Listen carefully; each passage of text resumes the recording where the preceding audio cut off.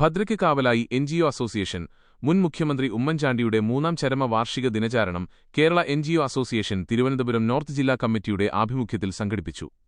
Sudheer Palode MLA ഉദ്ഘാടനം നിർവഹിച്ചു.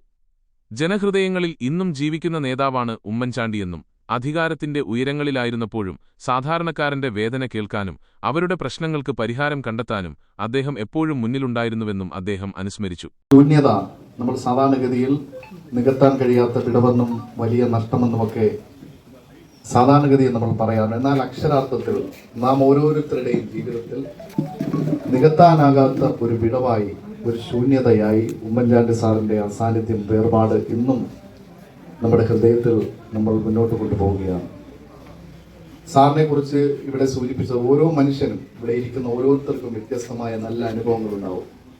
എന്നെ സംബന്ധിച്ചിടത്തോളം പ്രത്യേകിച്ച് ഇല്ലാത്ത ഒരു സാധാരണ കുടുംബ പശ്ചാത്തലത്തിൽ കടന്നു വന്ന എനിക്ക് ഇക്ബാൽ കോളേജിലെ KSU പ്രവർത്തകനായി തുടങ്ങി തലസ്ഥാനത്ത് ചെല്ലുമ്പോൾ ആ വലിയ മനുഷ്യന്റെ കരുതലും സ്നേഹവും എത്രത്തോളം ഈ നിലയിലേക്ക് നമ്മളെ പ്രാപ്തനാക്കിയ, എന്നെ മാത്രമല്ല ഓരോ KSU യൂത്ത് കോൺഗ്രസ് പ്രവർത്തകനും, ഓരോ KSUക്കാരോടും യൂത്ത് കോൺഗ്രസുകാരോടും പ്രത്യേകമായ ഒരു പിതൃതുല്യ വാത്സല്യത്തോടെ മനസ്സറിഞ്ഞ് ആത്മാർത്ഥമായി അവന്റെ പ്രയാസങ്ങളിൽ, പ്രതിസന്ധികളിൽ പങ്കുചേർന്ന് അവനെ ചേർത്ത് നിർത്തുന്ന ഒരു വലിയ മനുഷ്യൻ, മുൻ മുഖ്യമന്ത്രി ഉമ്മൻചാണ്ടി സാറിന്റെ ഓർമ്മ ദിനത്തിൽ നമുക്കറിയാം, ഇന്ന് സാറിന്റെ 3ാമത് ഓർമ്മ ദിനത്തിൽ ചെറുതും വലുതുമായ ഒരുപാട് അനുസ്മരണ യോഗങ്ങൾ. ഉമ്മൻചാണ്ടി ഓർമ്മ ദിനത്തിൽ വെഞ്ഞാറമൂട് പരമേശ്വരത്ത് ഭദ്രയ്ക്ക് അസോസിയേഷൻ നിർമ്മിച്ചു നൽകുന്ന പഠനമുറിയുടെ തറക്കല്ലിടൽ കർമ്മവും അദ്ദേഹം നിർവഹിച്ചു.